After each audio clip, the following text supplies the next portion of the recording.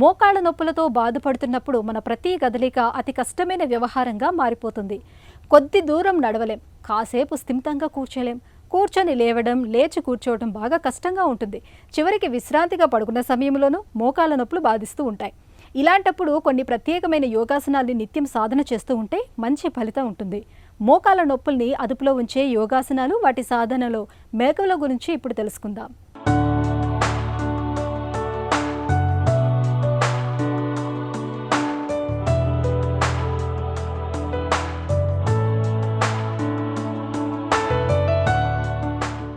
ఈరోజు మనం తెలుసుకోబోతున్నటువంటి అంశం, మోకాళ్ళ నొప్పులకి ఏ విధమైనటువంటి ఆసనాలు, ముద్రలు వేస్తే మనకి మంచి ఉపశమనం లభిస్తుంది, మోకాళ్ళని ఆరోగ్యవంతంగా ఎలా పరిరక్షించుకోవాలా, దానికి సంబంధించినటువంటి అంశంగా సేతుబంధాసనం మరియు వీరభద్రాసనం, వాయుముద్ర ఏ విధంగా చేయాలో మనం తెలుసుకోబోతున్నాం. ఈ మధ్యకాలంలో మనం చూసినట్లయితే 50 సంవత్సరాలు పైబడినటువంటి వాళ్ళందరికీ కూడా నీ రీప్లేస్మెంట్స్ ఆపరేషన్స్ అనేవి జరుగుతూ ఉన్నాయి. ఇవన్నీ ఎందువల్లనే ఏర్పడుతున్నాయో మనం గమనించాలా. సరైనటువంటి వ్యాయామం లేకపోవడం, సరైనటువంటి ఆహారపు అలవాట్లు లేకపోవడం, ఎత్తుకు తగ్గ బరువు లేకపోవడం, డి విటమిన్ తగ్గిపోవడం, బోన్ స్ట్రెంగ్త్ తగ్గిపోవడం, ఇవన్నీ ఏర్పడిపోయిన తర్వాత వయసు దాటిన తర్వాత ఇంకేమీ చేయలేనటువంటి పరిస్థితి. దానికి సంబంధించినటువంటి ముందస్తు జాగ్రత్తగా కొన్ని ప్రత్యేకమైన ఆసనాలు వేయడం ద్వారా ఈ మోకాళ్ళ యొక్క బలం పెరుగుతూ ఉంటుంది, స్ట్రెంగ్తనింగ్ పెరుగుతూ ఉంటుంది. సో అవి ఎట్లాంటి ఆసనాలు వేస్తే జరుగుతుంది అనేటటువంటిది ఇప్పుడు మనం తెలుసుకోబోతున్నాం. దానికి సంబంధించి సేతుబంధ ఆసనం, వీరభద్ర ఆసనం మరియు వాయుముద్ర ఏ విధంగా చేయాలో ఇప్పుడు మనం ఒకసారి చేసి చూద్దాం. ఈ సేతుబంధ ఆసనం ఇది సుపైన్ పోస్చర్లో చేసేటటువంటి ఆసనం. ఈ ఆసనం చేయడానికి ముందుగా కాళ్ళు రెండు స్ట్రైట్గా పెట్టుకొని దండాసనానికి రావాలి. అదేవిధంగా ఇప్పుడు కొద్దిగా శవాసనానికి రావాలి.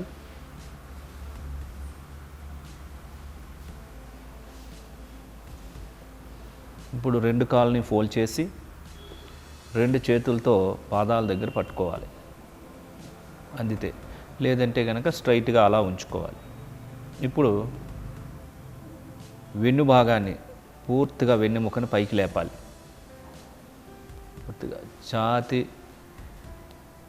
గడ్డానికి తాకించే విధంగా బ్రిడ్జ్ పోస్చర్, అంటే సేతు అంటే ఒక బ్రిడ్జ్ ఆకారంలో, వంతెన ఆకారంలో ఉంటుందన్నమాట. ఇది చాలా శక్తివంతమైనటువంటి ఆసనం.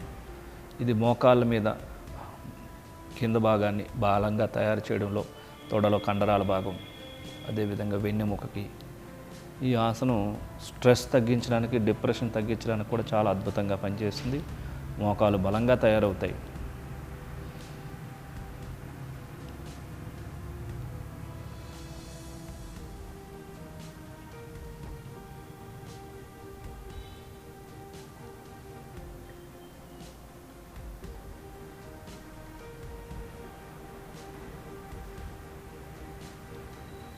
ఇప్పుడు నిదానంగా వెన్ను భాగాన్ని కిందకి తీసుకురావాలి యథాస్థానానికి. చేతులు రెండు రిలీజ్ చేసి కాళ్ళు రెండు స్ట్రైట్గా ఉంచుకొని కళ్ళు మూసుకొని ప్రశాంతాసనంలో ఉండాలి. ఇప్పుడు నిదానంగా కళ్ళు తెరిచి ఎడం ప్రక్కకు తిరిగి లేచి కూర్చోవాలి.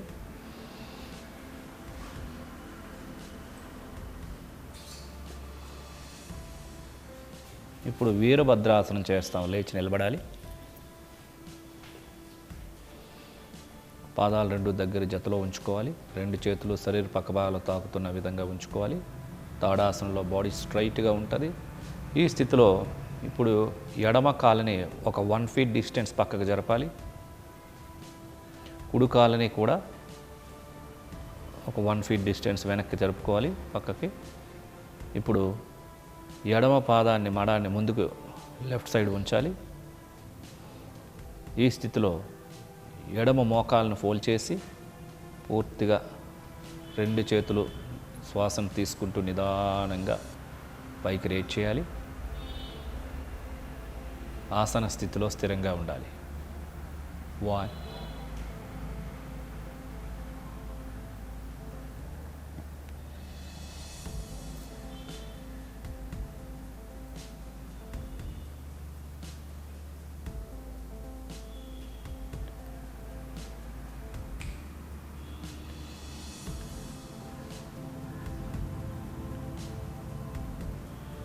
ఇప్పుడు 2 చేతులు నిదానంగా రిలీజ్ చేసి యథాస్థానానికి కిందకి తీసుకొని రావాలి. ఎడమ మోకాల్ని రిలీజ్ చేయాలి. ఇప్పుడు అదేవిధంగా కుడికాలు భాగాన్ని కుడికాలు ముందుకు తీసుకురావాలి. కుడికాలు పాదాన్ని కుడివైపు తిప్పి ఉంచాలి. కుడి మోకాలను ఫోల్డ్ చేస్తూ బెండ్ చేస్తూ ఇప్పుడు నిదానంగా శ్వాసను తీసుకుంటూ హ్యాండ్స్ రైజ్ చేయాలి. 2 అరచేతులు తాకించి ఆసన స్థితిలో స్థిరంగా ఉండాలి.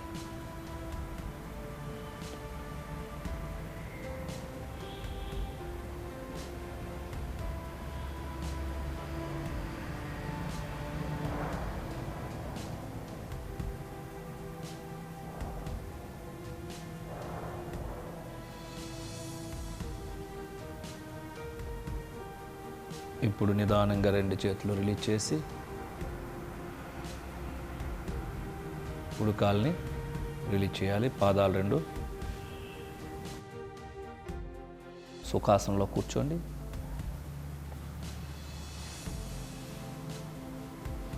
వాయు ముద్ర. 2 చేతులు అరచేతులు ఆకాశం వైపు చూస్తున్న విధంగా మోకాళ్ళ పైన ఉంచుకోవాలి. ఇప్పుడు చూపుడు వ్రేలుని ఫోల్డ్ చేస్తూ చూపుడు వ్రేలు మీద బొటన వ్రేలు ఉంచాలి. మధ్య వ్రేలు, ఉంగరపు వేలు, చిటికెన వేలు స్ట్రైట్గా ఉంటాయి. ఈ స్థితిలో కళ్ళు మూసుకొని వెన్ను నిటారుగా ఉంటుంది. షోల్డర్స్ రిలాక్స్గా ఉంటాయి.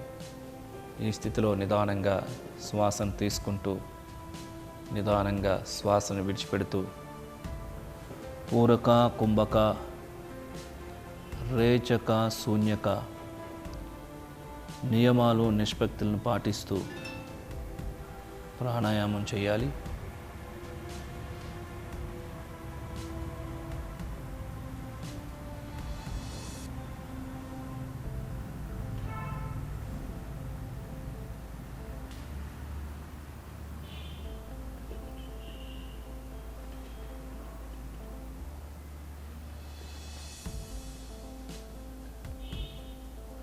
శ్వాసను విడిచిపెట్టిన తర్వాత ఆపండి.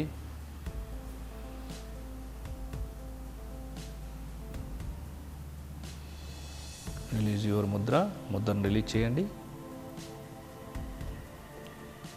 చూసారు కదండి, prevention is always better than cure అంటారు.